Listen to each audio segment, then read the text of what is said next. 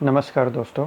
बहुत interesting topic हमारा चल रहा है पीएम मोदी और मेडिटेशन। लास्ट वीडियो देखा नहीं तो देख लीजिए, उसमें हमने कवर किया कि पीएम मोदी को मेडिटेशन की ज़रूरत क्यों पड़ी है और विपक्ष उसे किस तरीके से देख रहा है, क्या रीजंस दे रहा है और वो क्यों गलत है, क्यों क्यों सही रीज़न है, क्यों कुछ गलत है, क्या है, वो सब मैंने क्लैरिफाई किया। लास्ट वीडियो नहीं देखा तो देख लीजिए। अभी ये वीडियो का हमारा टॉपिक रहेगा कि मेडिटेशन में वो एक्चुअल में क्या सोचेंगे और थोड़ा फ्यूचर प्रेडिक्शन क्या होगा मेरे हिसाब से, वो मैं थोड़े क्लैरिटी दूंगा। ठीक है, तो स्टार्ट करते हैं। मिशन मोक्ष चैनल में मैं डॉक्टर नीलेश सोनवने आपका स्वागत करता हूँ। अभी ये वीडियो में हम देखेंगे कि मेडिटेशन में पीएम मोदी क्या करेंगे एग्जैक्टली और मेडिटेशन के फ़ायदे क्या होते हैं। सबसे पहली चीज़ तो मेडिटेशन में जाने के बाद में वो अपने मन को शांत करेंगे, क्योंकि मन में बहुत अशांति फैली हुई है। सातों चरण के जो लोकसभा चुनाव हुए, हर जगह प्रचार सभाएं लिए, मैराथन उन्होंने 200 सभाएं कंडक्ट की, तो वो ऑब्वियसली और हर एक दूसरे के ऊपर गाली गलौज और वो आरोप प्रत्यारोप से वो मन कलुषित हो जाता है। जैसे समुंदर का या किसी नदी का पानी जो वो ऐसा ख़राब हो जाता है ना मिट्टी से, तो फिर वो थोड़ा सेटल डाउन होना ज़रूरी होता है। तो वो फ़ायदा होता है मेडिटेशन का। ये विपक्ष के उतनी लेवल नहीं है समझने की, ठीक है। और जो आदमी सेटल डाउन नहीं कर सकता अपने थॉट्स को ना, तो वो अच्छा रिजल्ट नहीं दे पाता और वो उसका फिर अच्छा सक्सेस नहीं मिलता। तो यही सीक्रेट है पीएम मोदी का भी, ठीक है। तो अभी वो सबसे पहले तो अपने माइंड को सेटल डाउन करेंगे। ये सब जो हो चुका, चुनाव ख़त्म हो गए, रात गई बात गई, अभी वो सेटल डाउन करेंगे, माइंड को अपने कूल कामनेस लेवल पे लेके आएंगे, ठीक है। पहली बात। दूसरी बात, वो सोचेंगे अपने फ्यूचर के बारे में। अभी फ्यूचर के बारे में क्या कि मतलब कि अगर बीजेपी चुन के आती है, जो भी उनकी पार्टी है, ठीक है, तो क्या होगा फिर, क्या कौन पीएम बनेगा। मतलब मोस्ट प्रोबेबली तो उनको ही पीएम बनना तय है। तो ये लोगों की राय हुई कि उनको पीएम बनाना है, उनके पार्टी वालों की।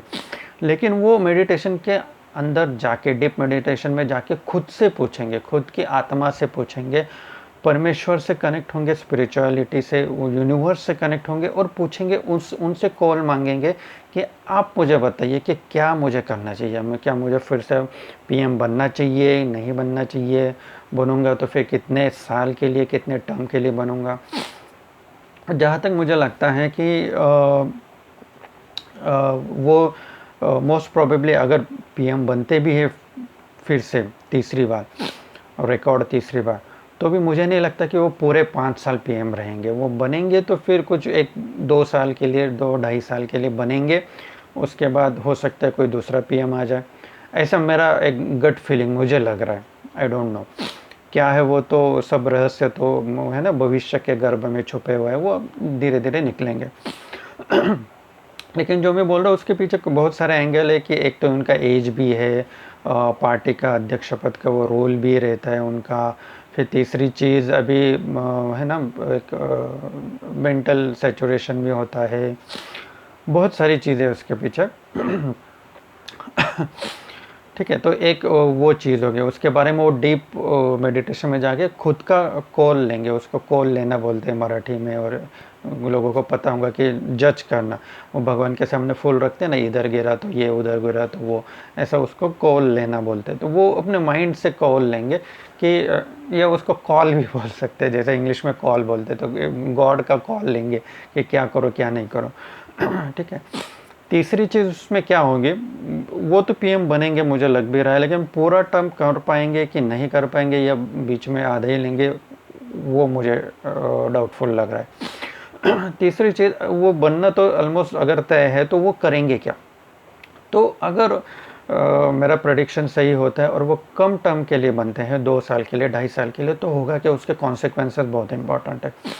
क्योंकि देखो, जब आदमी को पता रहता है कि अभी ये मेरे आखिरी टर्म है और मुझे बस 2 ही साल रहना है, 2.5 साल रहना है, तो मेरे पास समय कम है और मुझे काम तो बहुत सारे करने हैं।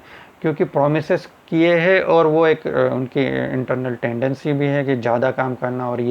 और ये जो मैंने सेकंड पॉइंट जो बोला ना कि फुल टर्म करेंगे नहीं करेंगे, धक्का तंत्र, तो ये धक्का तंत्र देने की उनके पहले से आदत रही है, चाहे वो नोटबंदी हो अचानक से रात में लागू कर दी, मतलब लोगों के लिए वो धक्का तंत्र ये था, या फिर वो सर्जिकल स्ट्राइक हो गई, या फिर और कुछ हो गया। तो ये उनका एक एटीट्यूड है, एक नंबर 8 से वो रिलेटेड है, नंबर 8 बॉर्न है, तो वो थोड़ा उनका कैरेक्टरिस्टिक रहता है सरप्राइजेस देना। तो ये पीएम टर्म के बारे में भी वो शायद सरप्राइज दे सकते हैं सभी लोगों को। इसके लिए मैंने वो बोला।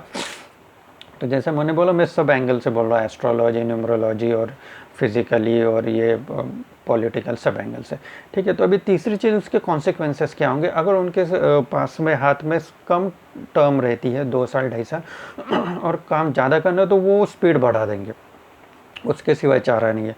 ऑलरेडी वो बहुत स्पीड से काम करते हैं, बाकी साथी लोग थक जाएंगे, लेकिन चारा नहीं है, तो वो स्पीड बढ़ा देंगे। तो क्या होगा, कॉन्सिक्वेंसेस की उनके ऑलरेडी माइंड में रोड मैप वो तैयार कर लेंगे ये मेडिटेशन के दौरान कि मुझे ये इम्पोर्टेंट 3 4 5 चीज़ें करनी है।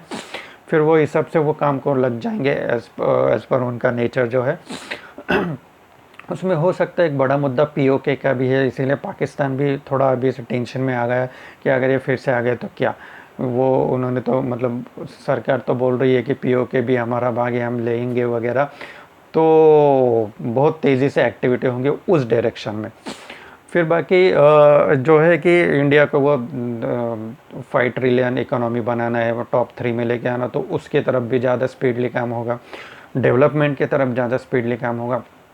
तो ये सब चीज़ें का वो रोड मैप बना रहे हैं, माइंड में सेटल डाउन कर रहे हैं और आगे की सोच रहे हैं। तो ये डीप चिंतन में जाके ही हो सकता है, भीड़ भाड़ में नहीं हो सकता है। तो कैसा लगा आपको ये वीडियो, बताइए, कमेंट कीजिए। थैंक यू सो मच और सब्सक्राइब कीजिए।